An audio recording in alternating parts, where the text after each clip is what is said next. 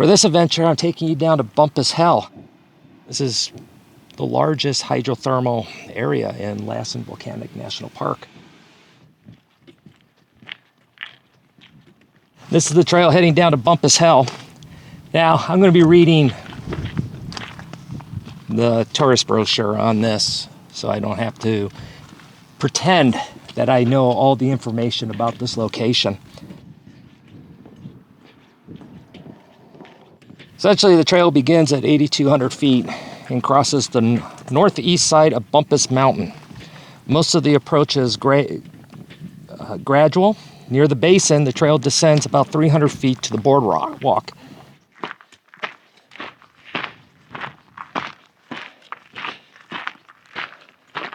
Lassen is at the southern end of the Cascade Range. The park contains examples of 4 main volcanic types: shield volcanoes, composite volcanoes, cinder cones, and plugged domes.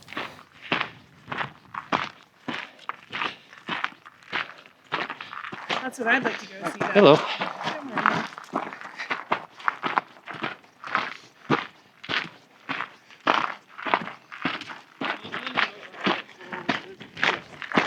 Hello. It was President Theodore Roosevelt that established Lassen Peak and Cinder Cone National Monuments in 1907. And this was all due to the eruption that happened at Lassen Peak, which drew national attention. On August 9, 1916, Congress combined the two monuments with surrounding land. Lassen Volcanic National Park was established. Now you see why I'm reading this. I want to make sure I get this information right. It is a really neat place to visit, and if you have not been, you really should. The most recent eruption happened at Lassen Peak, and it started May 30th, 1914, with a steam-driven explosion near the summit. During the following year, about 180 steam explosions opened a crater nearly 1,000 feet across. The largest eruption occurred on May 22nd, 1915. It produced pyroclastic flow that traveled nearly 4 miles northeast of the summit. I'm trying to read this as I'm walking, and I'm not doing too good.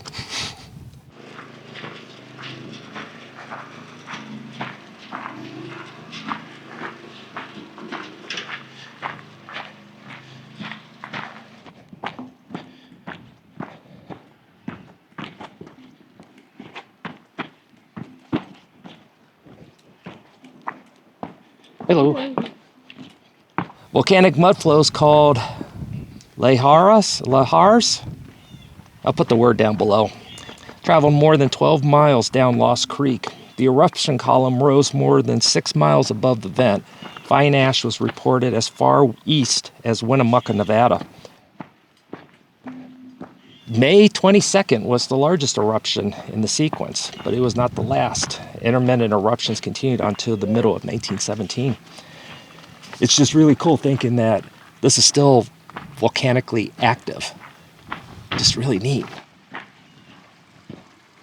The area that we're looking at now got its name in 1864 when a Major Pearson B. Reading and Kendall Van Hook Bumpus filed a claim on this thermal area. The following year, Bumpus stepped through a thin surface crust and fell into a hot sulfur pool. His leg was severely burned and later amputated. Near the surface, chemical reactions form sulfuric acid. The acidic water changes volcanic rock into clay and silica, producing much of the pale ground. Sulfur and iron-bearing minerals combine yellow, orange, brown, and dark deposits around some of the thermal features. This here is what they call Big Boiler. It is the largest fumarole in the park. Big Boiler has measured temperatures as high as 322 degrees Fahrenheit. That's 161 degrees Celsius for everyone else. It is one of the hottest measured hydrothermal fumaroles in the world.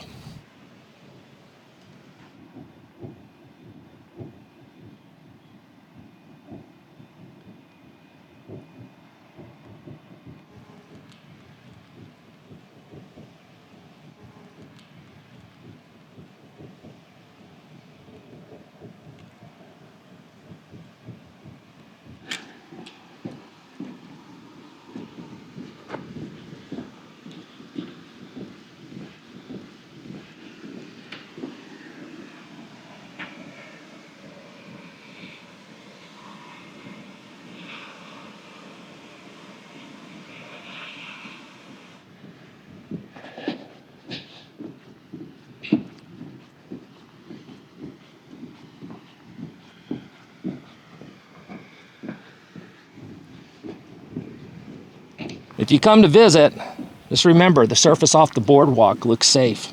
It's not. And think about what happened to Bumpus. You need to stay on these boardwalks.